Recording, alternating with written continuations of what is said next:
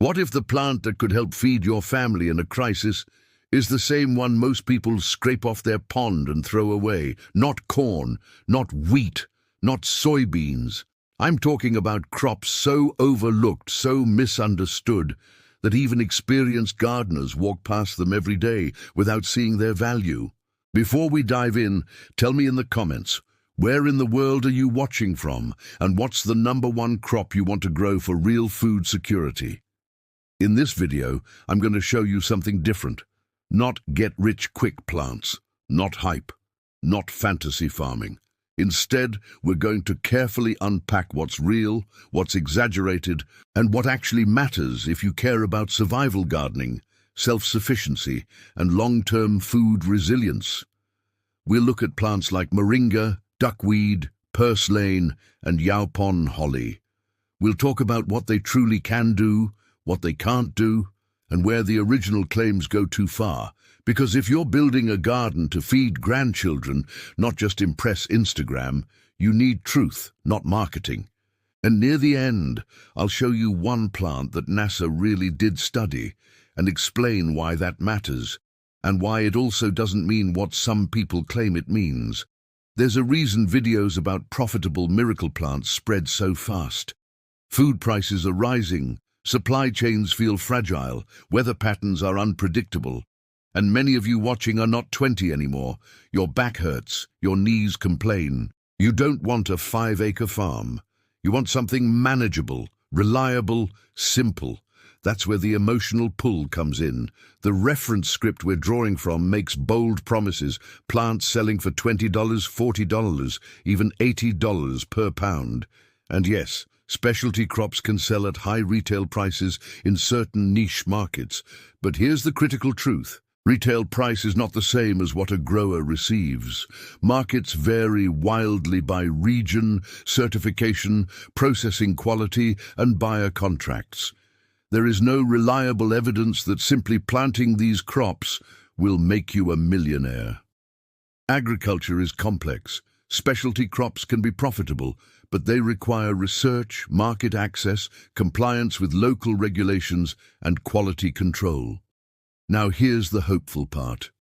Many of these plants are genuinely interesting for food security, small-scale resilience, and diversified homesteads, especially for older gardeners who want lower maintenance options. I once spoke with a retired couple who downsized their vegetable garden because bending over rows of annuals became too painful. Instead, they shifted toward perennials and hardy herbs. Less digging, less replanting, more stability. Their harvest wasn't flashy, but it was dependable. And that word, dependable, matters more than hype. In a moment, we'll look at the first plant on that original list, moringa. It's often called the miracle tree. But does it deserve that name? And more importantly, does it make sense for your climate and your goals? We're about to find out. Let's talk about moringa. You've probably heard it called the miracle tree. The reference script claims it sells for $20 to $40 per pound dried, and that demand is exploding. There is truth here. But we need to separate marketing from gardening reality. Moringa oleifera is a fast-growing tree native to parts of South Asia, and now grown in many tropical and subtropical regions. Its leaves are indeed nutrient-dense. They contain protein, vitamins, and minerals. That's why moringa powder appears in health food stores and supplement capsules. But here's what matters for you. Moringa thrives in warm climates. It does best in USDA zones 9-11. It does not tolerate frost well. If you live in a cold climate, you'll need a greenhouse, or you'll grow it as an annual, which changes the math completely. Now the good news, it grows fast, very fast. In warm climates, it can reach several feet in one season. It tolerates poor soil better than many vegetables. Once established, it handles drought reasonably well. For seniors or lazy gardeners, here's the practical approach. Plant it where you don't have to baby it. Well-drained soil, full sun, minimal fertilization. You harvest the leaves by cutting branches and letting them regrow. But a safety note, while moringa leaves are widely consumed as food, concentrated supplements are different. Anyone with medical conditions should consult a healthcare provider before using it medicinally. Growing food is one thing, treating illness is another. Now let's shift to something even more surprising. Remember the pond scum NASA studied? The plant that can double its biomass in 24 to 48 hours. That one deserves a closer look. And a reality check. Duckweed, the tiny floating plant many pond owners try to get rid of. The reference text mentions NASA research, and that part is grounded in reality. Species in the genera Lemna and Wolfia have been studied for wastewater treatment, animal feed, and even as potential space agriculture candidates because of their rapid growth and high protein content. Under ideal laboratory conditions, duckweed can double quickly. It can contain significant protein by dry weight. It has been studied as livestock feed and even as a human food source in some cultures. But here's what matters for you. Growing duckweed successfully requires controlled water conditions. It thrives in nutrient-rich still water. Too much contamination, wrong pH, predators, algae competition, and your production drops. It is not just throw it in a pond and print money. If you are considering it for animal feed, consult agricultural extension resources for your region. In some areas, duckweed can become invasive in natural waterways. Never release cultivated aquatic plants into wild ecosystems. For small-scale resilience, duckweed could serve as supplemental poultry or fish feed if managed carefully. It is not a magic protein solution, but it is interesting. And here's something powerful. This plant forces you to rethink what food even looks like. In difficult times, resilience often comes from flexibility, being willing to use unconventional crops. Now, we're going to move into a different category, the herbs. Some of these, like purslane and yaupon holly, aren't just niche market curiosities. They represent something deeper. Plants we forgot were valuable, and one of them might already be growing in your yard. Let's start with something that might already be under your feet. Purslane. Before you roll your eyes and say, "That's a weed," stay with me. Portulaca oleracea is widely considered a garden weed across much of the world. It creeps low to the ground, has thick succulent leaves, and pops up in hot weather when everything else looks tired. Most people pull it out and throw it away. But purslane is edible. In fact, it has a long history in Mediterranean, Middle Eastern, and Mexican cuisines. It contains omega-3 fatty acids, unusual for a leafy plant, along with vitamin C and other nutrients. That's not hype. That's documented in nutritional studies. Now here's where the reference script went dramatic, claiming it sells for $15 to $30 per pound. In specialty markets, rare greens can fetch high retail prices. But most small growers won't see those numbers unless they have direct restaurant or farmers market access. Wholesale prices are typically much lower. But forget the millionaire angle for a moment. From a survival gardening perspective, purslane is gold. It thrives in heat. It tolerates poor soil. It requires almost no pampering. For older gardeners who are tired of replanting delicate lettuce every few weeks, purslane offers something powerful: reliability in harsh conditions. If you want to use it, harvest young, tender stems, wash thoroughly, eat fresh in salads for a slightly lemony crunch, or sauté lightly. But make absolutely sure you can correctly identify it. Some spurges look similar and are not edible. When in doubt, consult a local field guide or extension office. This is what real resilience looks like, not exotic imports, not miracle capsules, learning that the weeds fighting to grow in your yard might actually be allies. Now let's move to something even more forgotten and uniquely American. Yaupon holly. Most people don't realize that North America has a native caffeinated plant. Ilex vomitoria grows naturally in the southeastern United States. Indigenous peoples used it historically to brew a caffeinated beverage. Modern research confirms it contains caffeine and theobromine. That alone is fascinating. In a world dependent on imported coffee and tea, this quiet native shrub offers a local alternative. And unlike annual crops, yaupon is a perennial shrub.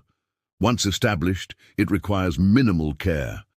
But let's be responsible here. The reference script mentions premium prices per pound. Specialty roasted yaupon products can sell at high retail prices. However, entering the commercial tea market involves food safety regulations, proper drying techniques, and marketing. It is not simply harvest and sell. From a survival gardening angle, though, yaupon shines in a different way. It tolerates poor soils, it handles heat, it is relatively drought-tolerant once established, and it provides something psychologically powerful, a familiar stimulant beverage grown locally. If you decide to experiment with it, proper identification is critical.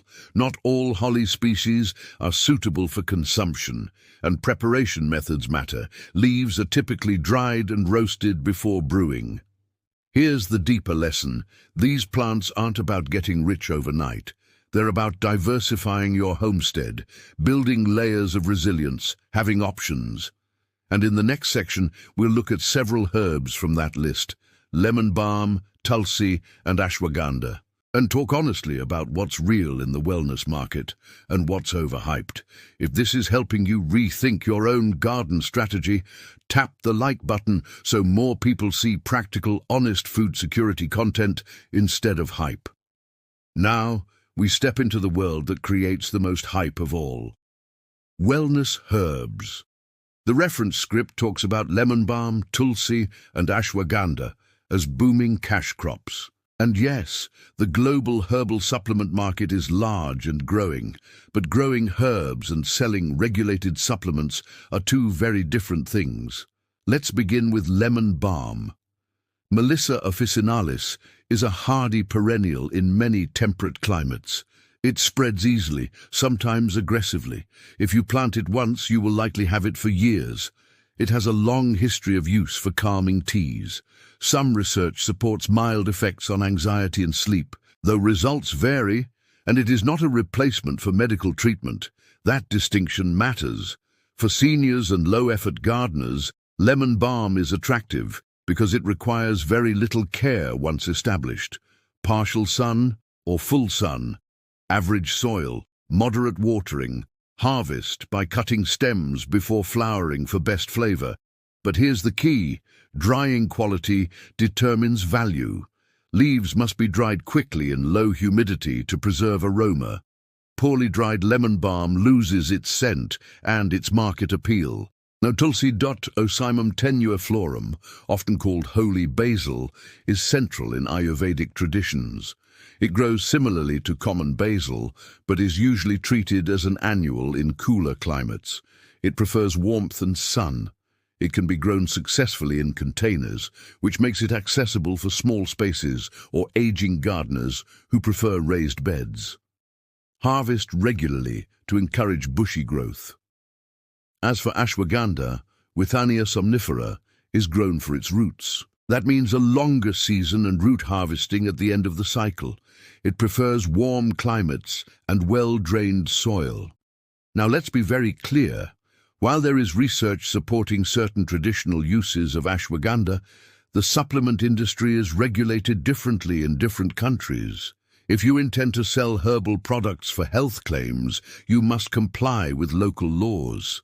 Do not make unverified medical promises. For personal resilience, though, these herbs offer something simpler: diversity. Perennials like lemon balm reduce yearly replanting. Container herbs reduce bending and kneeling. Multi-harvest plants stretch effort across the season. And that's what matters most for long-term sustainability. But we're not done, because the reference script also highlights something that sounds exotic and expensive: Sichuan pepper, and one plant positioned as the cutting-edge cognitive herb. Let's examine those next. Sichuan pepper is not a true pepper. It comes from species in the genus Xanthoxylum. The husks create a unique tingling sensation known as mala in Sichuan cuisine. It's distinctive, it's real. And yes, high-quality dried husks can command premium prices in specialty spice markets. But growing it requires patience. These are shrubs or small trees. They can tolerate temperate climates depending on species. They need well-drained soil and full sun to partial shade. Some varieties have thorns, something to consider if you want a senior-friendly garden layout.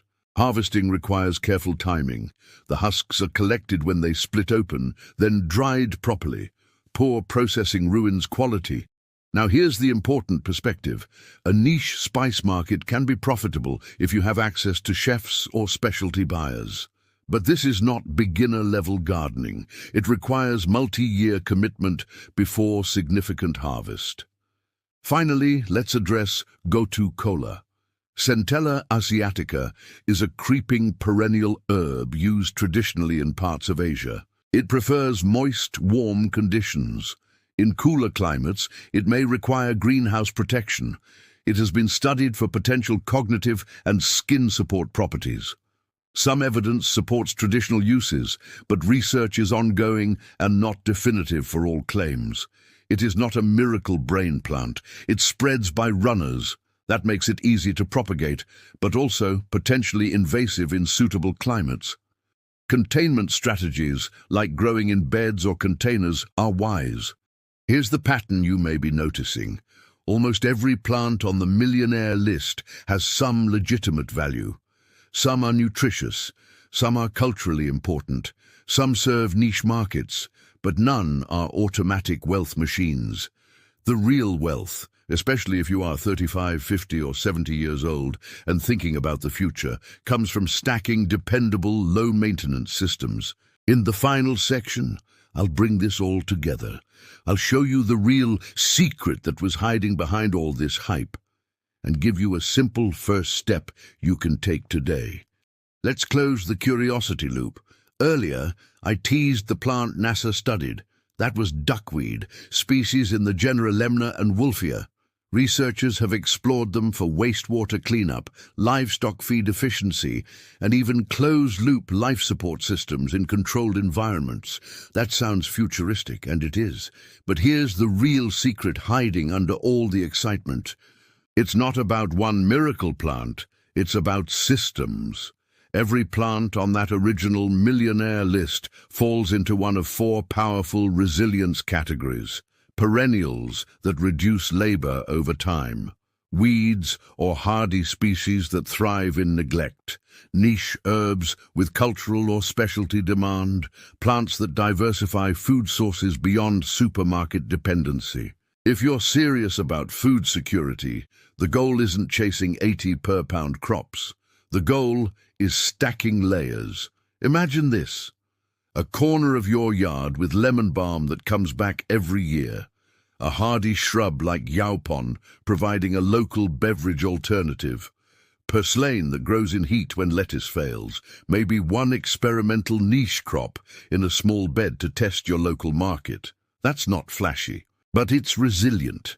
And resilience compounds. There's something deeply comforting about walking into your yard and knowing that even if supply chains hiccup, even if prices spike, even if weather gets strange, something will still grow. That is real security. Now let's bring this home. If you forget everything else from this video, remember this. Plant for durability first, profit second. The internet loves the idea of hidden gold mines in the garden, but the truth is quieter. The most powerful survival gardens are built on long-living perennials, climate-adapted crops and low-effort systems that your future self, with a sore back and slower knees, can still manage. Here's your simple first step. Pick one hardy perennial herb suited to your climate. Just one. Plant it this season. Observe it, learn it, see how little work it truly needs once established. Then next year, add another layer. That's how real independence grows. Slowly, steadily, intentionally. If this video helped you cut through the hype and think clearly about your own garden, tap like so more people see grounded, research-based, survival gardening content. Subscribe if you want more deep dives into forgotten crops, famine foods, and senior-friendly food systems. And tell me in the comments, which plant from today surprised you most? And what country are you watching from? Next, I'm thinking about doing a full breakdown of edible weeds that can quietly outproduce your vegetables in harsh climates. If you want that, comment the word weeds below. Remember, the strongest gardens aren't built on hype. They're built on wisdom that lasts longer than trends.